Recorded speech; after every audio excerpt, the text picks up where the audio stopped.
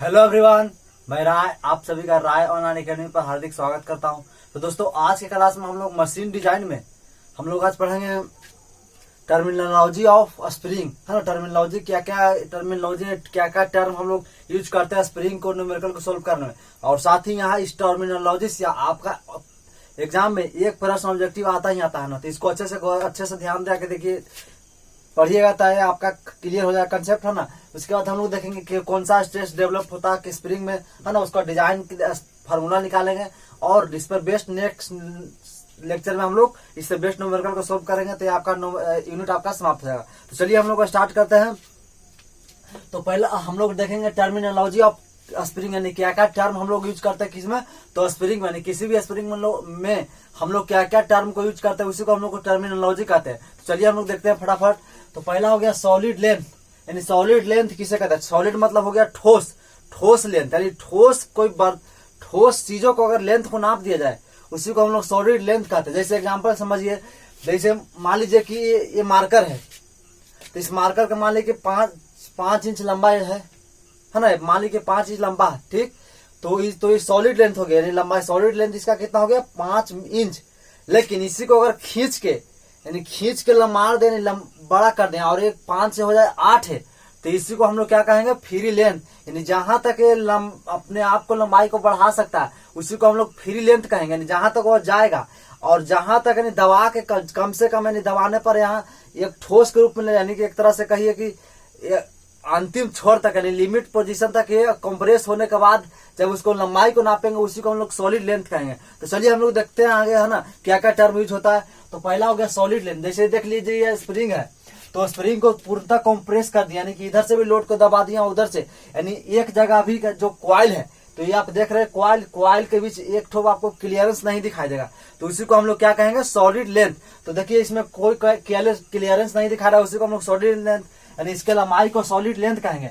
और ऐसे इसको लोड को हटाएंगे तो जहां तक ये ऊपर भागेगा, यानी जैसे इस पर लोड को हटाएंगे रिमूवल करेंगे लोड, तो जहां तक ये स्प्रिंग ऊपर तक जाएगा, यानी उसके बाद अगर उसको लेंथ को नापेंगे तो उसी को हम लोग फ्री लेंथ कहते हैं। देखिए अब ये स्प्रिंग कितना ऊपर फैल गया है ना, डिफॉर्म हो गया है। तो यहाँ जितना अगर यानी कोई लोड न रहने के बाद अपने आप जितना डिफॉर्म होगा और उस लंबाई को नाप देंगे उसी को हम लोग क्या कहेंगे, तो आपका फ्री लेंथ कहेंगे। एक और लेंथ आपका है, मान लीजिए कंप्रेस करेंगे, यानी कि किसी भी लोड को लगाएंगे तो पूर्णतः जनरली जो स्प्रिंग होता है पूर्णतः सॉकर यानी कि एक दूसरे कॉइल से कांटेक्ट नहीं होता। कारण अगर कांटेक्ट होगा तो बार बार, है ना, आपका रेसिस्टिंग होने के कारण क्रश टूट सकता है। तो इसलिए जो आपका डिजाइन इस तरह से किया था आपका किसका, तो स्प्रिंग का, कि है ना, मानी कि कुछ ना कुछ उसके बीच कॉइल के बीच क्लियरेंस बच जाता है। तो देखिए आपका ये स्प्रिंग है और इसमें आपका लोड लग रहा है, डब्ल्यू लोड लग रहा है, फिर भी एक इस कॉइल और इस कॉइल के बीच कुछ डिस्टेंस है, यानी कुछ क्लियरेंस है, उसी को कहेंगे कंप्रेस। क्या, तो कंप्रेस आपका स्प्रिंग हो गया। और इसको हम लोग कहेंगे टेंसाइल, इसको, है ना, तो इसका सॉलिड। तो चलिए हम लोग डिफिनेशन देख लेते हैं। पहला हो गया सॉलिड लेंथ, तो इस फिगर से समझ गए होंगे सॉलिड लेंथ क्या है। फिगर देख ली, फिगर दिमाग में रखिएगा तो आप खुद इसको, है ना, डिफिनेशन को लिख पाएंगे क्या सॉलिड लेंथ का क्या होता है, सॉलिड लेंथ का क्या फॉर्मूला होता है। तो चलिए हम लोग देखते हैं, धीरे धीरे सभी को कंसेप्ट हो जाएगा क्लियर। तो पहला हो गया सॉलिड लेंथ, तो कहता है it is the length of spring is fully close condition, यानी कहता है क्या लेंथ है किसका, स्प्रिंग का, जो फुली क्लोज रहता है, यानी कि देखिए कहीं से आपका कॉइल के बीच आपको कहीं से आप ओपन नहीं दिखाई देगा।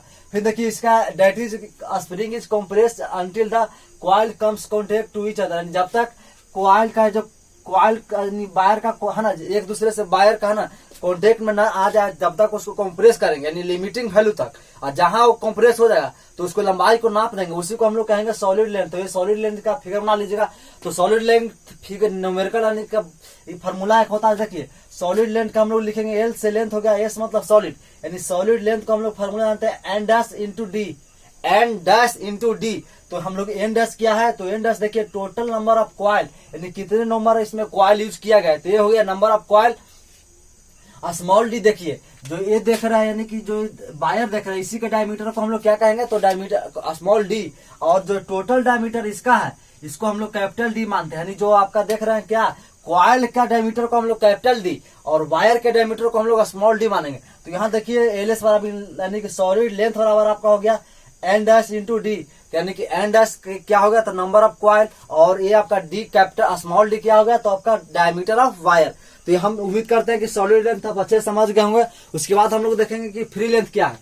तो देखिए क्या था फ्री लेंथ, तो फ्री लेंथ देखिए इसका है, अभी आपको बताएं कि जब लोड को रिमूवल, लोड को हटा देंगे और जहां तक वो स्प्रिंग डिफॉर्म अपने आप को करेगा, और जहां तक कर लिया, मान लीजिए यहाँ तक, यानी पहले यहाँ तक स्प्रिंग था लेकिन अब डिफॉर्म होकर इतना आ गया, तो अब जहां तक यानी छोड़ अपने आप उस जहां तक डिफॉर्म होगा, और उसके बाद डिफॉर्म होने के बाद उसको लंबाई को अगर नाप लेंगे तो उस लंबाई को ही हम लोग फ्री लेंथ कहेंगे। तो चलिए हम लोग डिफिनेशन देख लेते हैं। तो it is the length of a spring in unloaded condition, इसमें कोई लोड आपको नहीं लगाना है, यानी लोड है भी तो उसको रिमूवल कर दीजिए। इसी को हम देखेंगे, इसको निकालने के लिए हम लोग सबसे पहले देखेंगे तो एल एफ बराबर यानी कि फ्री लेंथ बराबर, देखिए तो फ्री लेंथ बराबर, क्योंकि यानी कि ये तो रहेगा ही, चूंकि क्या सॉलिड लेंथ है ही। यहाँ देखिए कंसेप्ट का यहाँ फंसी है, इसको अच्छे से ध्यान दीजिएगा। तो ये कहता है कि एल एफ बराबर, तो सॉलिड लेंथ तो है क्योंकि इतना तो फिक्स रहेगा, अब बढ़ किया है तो कितना बढ़ा उसको भी तो जोड़ेंगे, तभी तो हम किसी भी लेंथ को निकाल पाएंगे फ्री लेंथ। तो देखिए आपका, तो ये आपका solid length plus maximum compression, यानी कितना वो डिफॉर्म किया, कितना वो डिफॉर्म किया वो हो गया, प्लस यानी कि जो क्लियरेंस आपका देखिए, प्लस क्लियरेंस बिटवीन कॉइल, ये जो कॉइल के बीच क्लियरेंस है, तो कितना क्लियरेंस है तो ये आपका 0.158 किसका, तो मैक्सिमम शेयर कंप्रेशन का, यानी मैक्सिमम कंप्रेशन का ये होगा 0.158 गुना है ना। तो इसको ऐड कर देंगे तो यानी कि आप फाइनली हमको फॉर्मूला निकल गया, फ्री लेंथ बराबर एन डैश यानी solid length plus N dash D हो गया, प्लस मैक्सिमम क्या, तो ये आपका डिफ्लेक्शन हुआ, यानी मैक्सिमम डिफ्लेक्शन प्लस कितना गुना मैक्सिमम डिफ्लेक्शन में जोड़ देंगे, यानी कितना गुना कर देंगे मैक्सिमम डिफ्लेक्शन में, उसको जोड़ देंगे तो 0.158 को मैक्सिमम डिफ्लेक्शन में गुना करके उसके बाद जोड़ देंगे तो यही आपका फ्री लेंथ निकल गया। यानी फ्री लेंथ का भी फॉर्मूला हम लोग जान गए। उसके बाद हम लोग देखेंगे पिच क्या है। तो पिच आपको बता दिए थे कि जो क्लियर, यानी कि जो वायर के बीच को जो है ना डिस्टेंस को हम लोग क्या कहेंगे, तो एडजस्टेंट डिस्टेंस के कॉइल के बीच के डिस्टेंस को हम लोग पिच कहेंगे। तो इसका देख लीजिए कहता है कि it is defined as the axial distance between adjacent coil, है ना, अनकम्प्रेस्ड स्टेट, यानी कंप्रेस्ड स्टेट में नहीं रहना चाहिए। फिर कहता है it is distance between adjacent coil in the uncompressed, ये हो गया। यानी कि आप देखिए इसका फार्मूला हम लोग निकालने के लिए तो एल बराबर देखेंगे फ्री लेंथ बटे N dash minus one, N dash क्या होगा तो नंबर ऑफ कॉइल, इसी को लिख सकते हैं एल एफ बटे एन डैश माइनस वन, या इसी को और एक तरह से निकाल सकते हैं,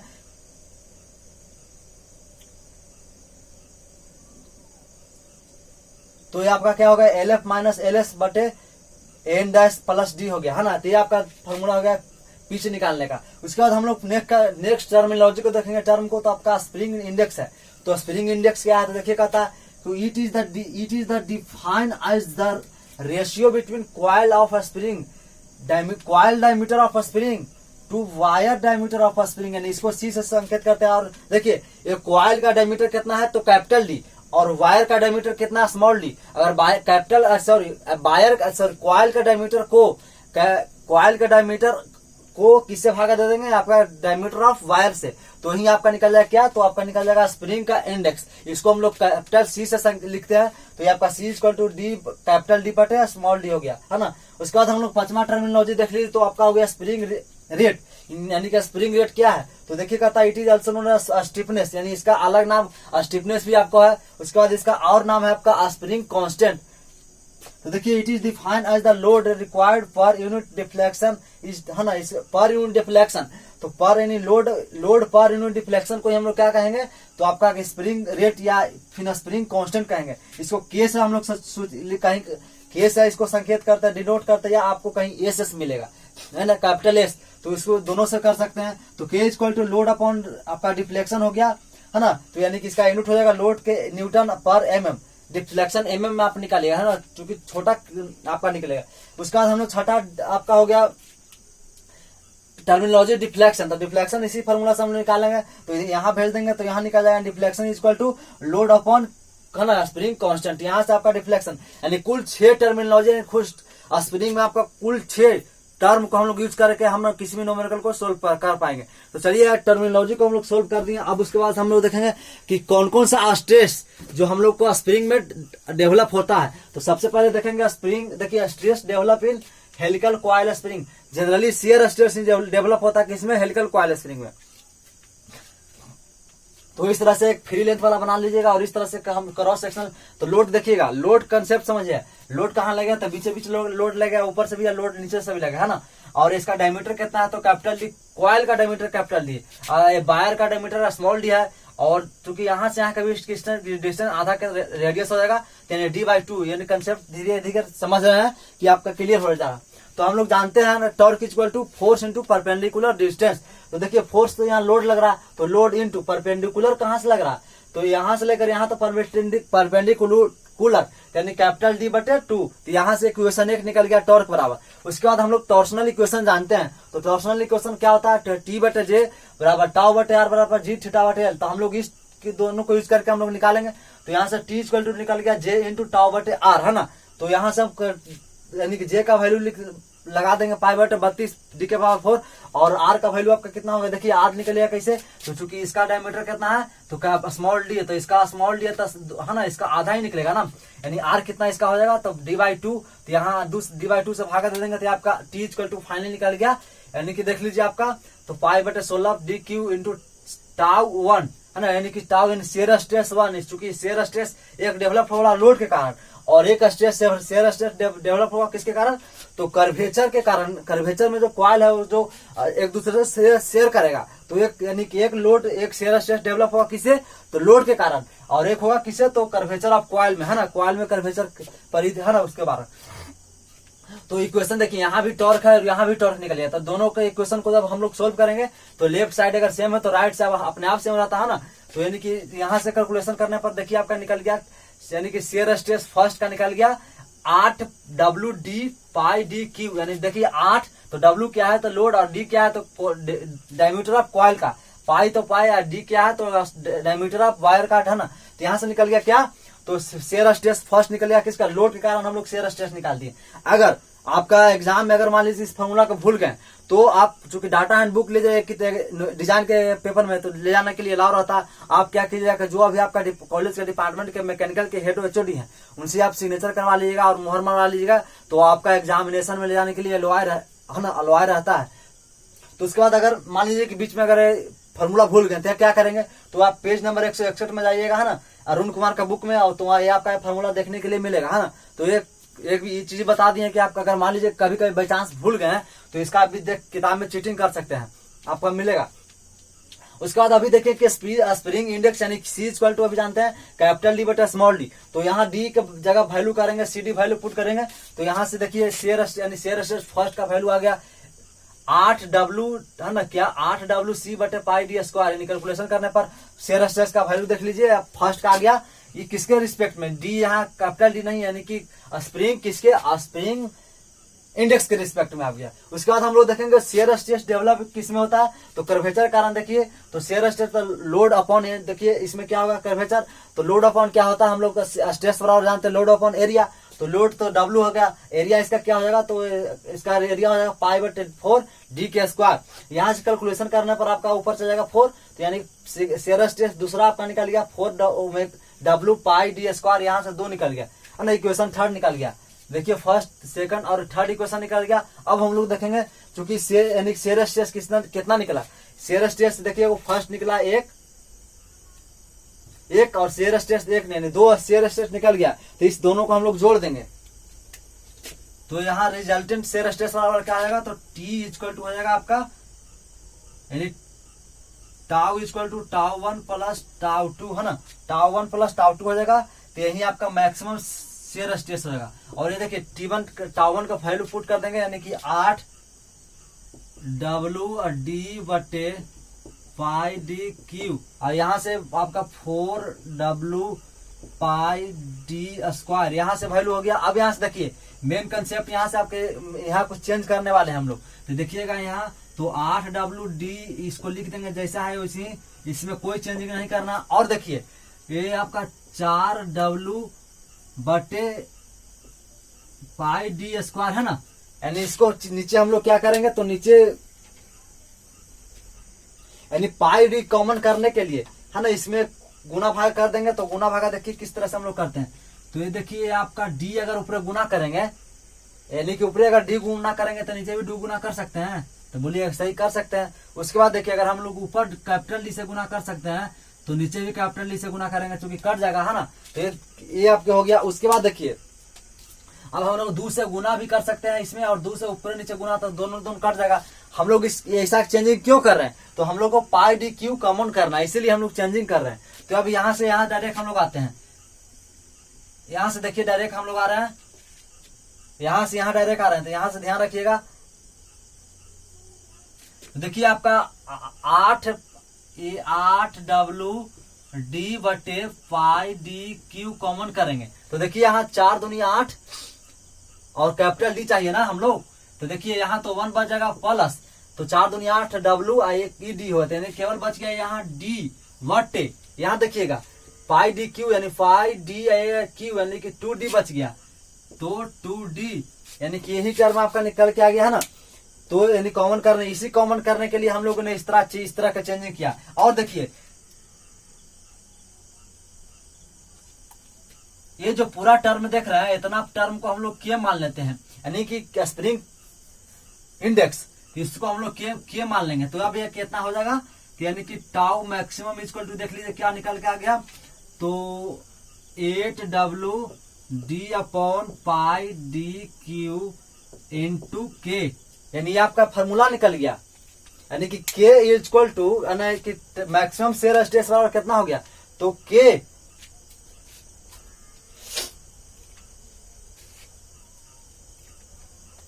इक्वल टू निकल गया। इसको हम लोग क्या करते हैं कि अच्छा देखने के लिए के को पहले लिख देते हैं ताकि आपको अच्छा लगेगा। के इंटू आपका कितना हो गया, तो 8W/D/पाई/D/Q, यही आपका मैक्सिमम शेयर स्ट्रेस निकल गया। तो ये फार्मूला भी आप याद कीजिएगा, एक फार्मूला ये याद करना है, एक ये याद करना है, एक ये और एक फार्मूला याद करना है ना, ये हो गया। अब उसके बाद हम लोग देखेंगे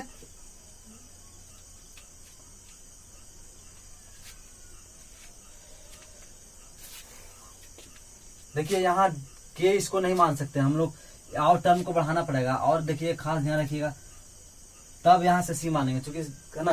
तो ये डी इक्वल टू हम लोग जानते हैं, यानी कि देखिएगा सी इक्वल टू हम लोग जानते हैं कैपिटल डी बटे स्मॉल डी, और जहां है ना तो कैपिटल डी बटे स्मॉल डी, तो आपका पुट कर देंगे कैपिटल डी इक्वल टू, तो कैपिटल डी इक्वल टू हम लोग पुट कर देंगे क्या, देखिए यहाँ से capital D equal to put करेंगे, तो ये आपका 8W/D तो है ही, तो रहेगा पाई/D/Q, ठीक है, 1 प्लस, तो कैपिटल यानी कि आपका क्या कर सकते हैं, यानी कि सी को यानी कि capital D equal to direct कर दीजिए ना, यहाँ डी को ले आइए, तो डी इक्वल टू हम लोग क्या पुट कर सकते हैं, देखिए बताइए। तो यानी कि पुट कर सकते हैं डी बटे सी, और नीचे है 2D, तो ये आपका डी से डी कट गया। अब जो यहाँ टर्म बच गया 1 + 1/2C, इसी को हम लोग के मान लेंगे, के यानी कि देखिए मैक्सिमम शेयर स्ट्रेस बराबर के इंटू 8, यानी कि के एस भी आप कहीं कहीं लिखने में मिलेगा, तो ध्यान रखिएगा पाई/D/Q, यानी कि यही आपका टर्म हम लोग को निकल गया कि यानी कि मैक्सिमम शेयर स्ट्रेस बराबर कितना हो गया, तो के एस इंटू 8W/D/पाई/D/Q, तो यही आपका टर्म निकल गया। इसको याद रखिएगा। अगर और के एस यानी कि के एस इक्वल टू अभी यहाँ से कितना निकला, के एस इक्वल टू 1 + 1/2C, इसको भी ध्यान रखिएगा, कहीं कहीं आपको न्यूमेरिकल सोल्व करने में काफी आपको आसान होगा। तो ये आपका टर्म हो गया। उसके बाद हम लोग देखेंगे जो के है, मान लीजिए कि के का वैल्यू क्वेश्चन में न दिया रहे, तो हम लोग क्या करेंगे, तो इसको एक फार्मूला होता है आपका, देख लीजिए यहाँ, तो आपको निकाल,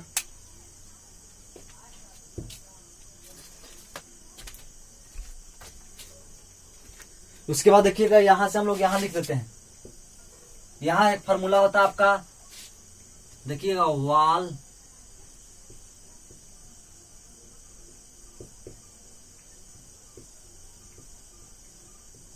फैक्टर कांस्टेंट होता है, एक आपका फार्मूला होता है, इसको याद रखिएगा डायरेक्ट, के इक्वल टू होता है 4C - 1/4C - 4 प्लस 0.615/C, यानी इसी फार्मूला को याद रखना है, यानी कि सी का वैल्यू निकालने, के का वैल्यू निकालने के लिए, के का वैल्यू देखिए क्या हो गया, के इक्वल टू 4c माइनस 1 बटे 4c माइनस 4 प्लस 0.665 0.165 बटे सी, यानी कि फॉर्मूला अगर सी का आपका वैल्यू क्वेश्चन में दिया रहेगा, यानी सी का वैल्यू निकाल लेंगे, यानी सी बराबर अगर कैपिटल डी और स्मॉल डी का वैल्यू है तो सी निकाल लेंगे। तो सी निकाल के हम लोग क्या के का वैल्यू नहीं निकाल सकते हैं, जहां सी है जहां सी का वैल्यू सी का पुट कर देंगे तो निकल जाएगा। अगर यही आपका के रहेगा, आप मान लीजिए कि के बराबर आपका हो गया के एस प्लस के सी, इसको जोड़ना है, दो को अगर दे दिया आपका के, यानी कि अगर दो को आप मान लीजिए कि आपका के का वैल्यू दे दिया, तो उसको अगर कह दिया कि आपका क्वेश्चन में क्या है, तो ये आपका पैरेलल में है, पैरेलल में आपका जुड़ा हुआ है, तो उसको क्या कर देंगे, तो दोनों को जोड़ देंगे, कैसे डायरेक्ट जोड़ देंगे। अगर यही आपका कह दिया कि सीरीज से कॉम्बिनेशन है, तो 1 बटे के बराबर आपका होगा 1 बटे के सी, यानी कि ये आपका सीरीज कॉम्बिनेशन में हो गया। मान लीजिए कि आपका के का वैल्यू दो को के का वैल्यू दे दिया और बोल दिया कि आपका पैरेलल कॉम्बिनेशन में है, तो इसको हम लोग रिजल्टेंट के तो चाहिए ना हमको, दो को से तो के का वैल्यू नहीं चाहिए, यानी कि आपका स्प्रिंग इंडेक्स के का यानी क्या चाहिए, तो एक आपका सिंगल ही चाहिए, सॉरी आपका स्प्रिंग रेट है, सॉरी तो के क्या चाहिए आपका एक सिंगल चाहिए। तो अगर पैरेलल में आपका कह दिया तो आपका दोनों को डायरेक्ट रूप से जोड़ देंगे, है ना, सीधा सीधी। लेकिन नहीं आपका कह दिया तो सीरीज कॉम्बिनेशन है कि दोनों को जो आपका के का वैल्यू है दोनों सीरीज कॉम्बिनेशन में यानी सीरीज में जुड़ा हुआ है, तो 1 बटे के बराबर लिखेंगे, नहीं तो 1 बटे के यानी कि रिजल्टेंट के बराबर 1 बटे के बराबर 1 बटे के प्लस 1 बटे के। तो ये आपका था स्ट्रेस डेवलप। उसके बाद हम लोग नेक्स्ट लेक्चर में डिफ्लेक्शन ऑफ स्प्रिंग देखेंगे, है ना। उसके बाद इस पर बेस्ट न्यूमेरिकल को सॉल्व करेंगे, तो आपका एक नेक्स्ट क्लास में हम लोग इसका सिलेबस हम लोग समाप्त कर देंगे इस 5th यूनिट का। उसके बाद हम लोग नेक्स्ट यूनिट में इंटर करेंगे। तो हम उम्मीद करते हैं कि आपका हमारा वीडियो लेक्चर अच्छा लगा तो शेयर कीजिएगा, है ना। अगर नया स्टूडेंट है तो सब्सक्राइब कर दिएगा। तो फिर मिलेंगे नेक्स्ट लेक्चर में, तब तक के लिए जय हिंद।